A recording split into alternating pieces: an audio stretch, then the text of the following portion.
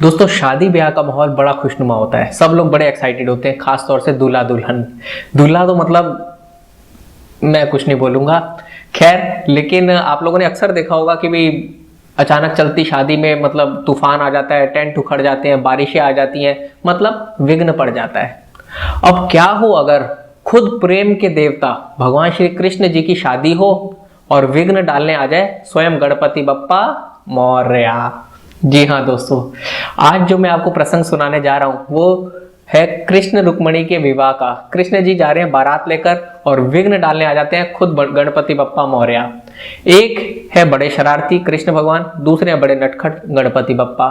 क्या होगा अगर दोनों आमने सामने टकरा जाए? तो माहौल बड़ा गर्मा भी जाएगा, प्रसन्न भी होगा। और श्री कृष्ण आखिर कैसे हैंडल करेंगे, चलिए जानते हैं। अब मौका है भगवान श्री कृष्ण जी की शादी का। चल पड़े हैं द्वारिका से बारात लेकर। सब लोग बड़े एक्साइटेड है, बैंड बाजे बज रहे हैं, सब लोग खुश। कोई ये डांस कर रहा है, कोई उधर से डांस कर रहा है, सब लोग मतलब एक माहौल ही अलग है। और कृष्ण भगवान तो खुद ही प्रेम के देवता हैं।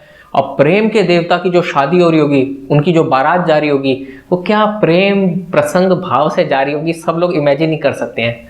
अब ऐसे में क्या हुआ कि थोड़ी सी दूर चल रहे थे, सब नाचने में ये मग्न, ये कृष्ण की, आज मेरे यार की शादी, आज तो मेरे कृष्ण की शादी है। रास्ते में उन्होंने देखा कि सामने कुछ चूहे मिल करके जमीन की खुदाई कर रहे हैं।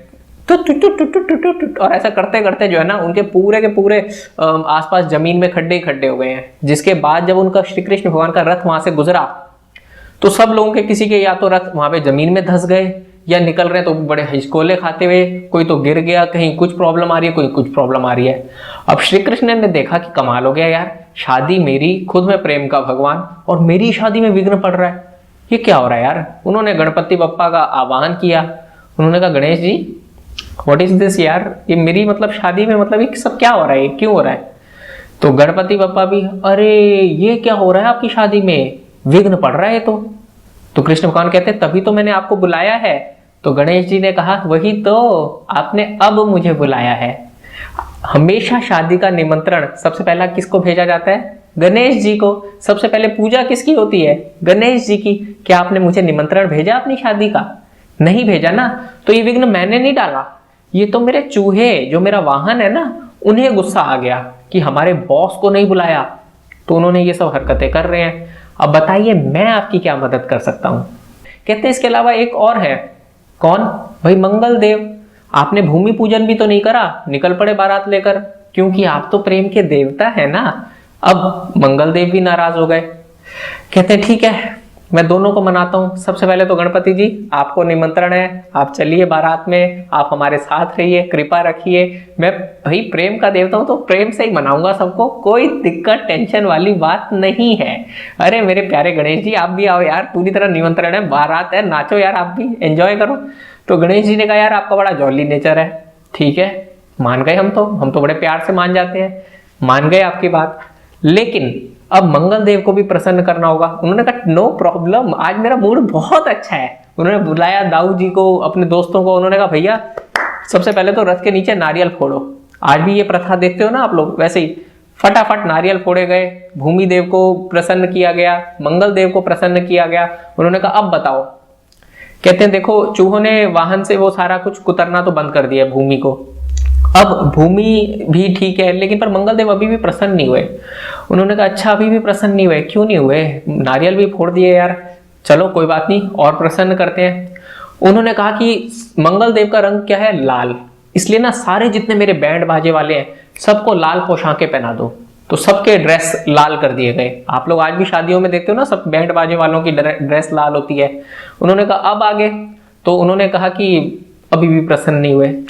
गणेश जी भी फुल मजे में ले रहे हैं, खुद मंगल देव को नहीं बुला रहे, कह रहे हैं कि मैं उनके बिहाफ पे आपको बोल रहा हूँ। कृष्ण भगवान ने कहा अच्छा चलो यार, मंगल सूत्र का भी जो है ना एक प्रचलन लगा देते हैं, इससे तो पक्का मंगल देव खुश हो जाएंगे। अब बताओ, अब खुश हुए वो? गणेश जी ने फिर पूछा हाँ जी मंगल देव खुश हुए हो क्या? कृष्ण भगवान वो तो मना कर रहे हैं। कृष्ण भगवान कहते हैं यार कमाल हो गया, लेकिन खैर बड़े प्रेम भाव से, शांति भाव से निपटाऊंगा मैं सारा मामला। अभी भी यार प्रसन्न नहीं हो रहे मंगल, कोई बात नहीं, इट्स ओके। बीवी को मना लिया, ये मंगल देव क्या है यार, मैंने इतना पूरी दुनिया को नचा रखा है, मंगल देव को भी मना लेंगे। उन्होंने ना और आगे अपनी चीजें बढ़ाई। कस्तूरी धागा जो मंगलसूत्र कहते हैं, सिंदूर लाल रंग का वो भी रचा, बड़ी सारी लाल कलर से रिलेटेड शादी ब्याह की रस्मों की रचना करी। उन्होंने कहा भाई अब तो ये पूरी जो है ना क्या नाम है शादी ब्याह की, मंगल देव को प्रसन्न करने के लिए, गणपति आपको प्रसन्न करने के लिए मैंने सारे जतन कर दिए, अब बताओ कि वो खुश है या नहीं।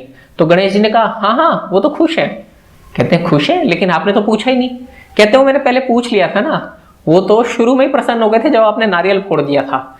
ये सारी प्रथाएं, ये सारे प्रचलन तो मैंने आने वाले समाज की पीढ़ियों के लिए बनाए हैं, ताकि किसी का भी अगर मांगलिक दोष हो तो वो इस तरीके से उसमें कहीं ना कहीं बाधा ना आए, कहीं ना कहीं फर्क पड़ जाए। तो अब जब जिस विवाह की रचना स्वयं प्रेम के देवता भगवान श्री कृष्ण ने कर दी है, तो उसकी शादी में ना मैं विघ्न डाल सकता हूं ना मंगल देव। और आपको आदर्श मानते हुए जो आपकी प्रक्रिया से चलेंगे उनके लिए हम भी पूरी कोशिश करेंगे कि कम से कम कोई विघ्न ना आए, या कम से तो कम उनका संकट टलता ही चला जाए।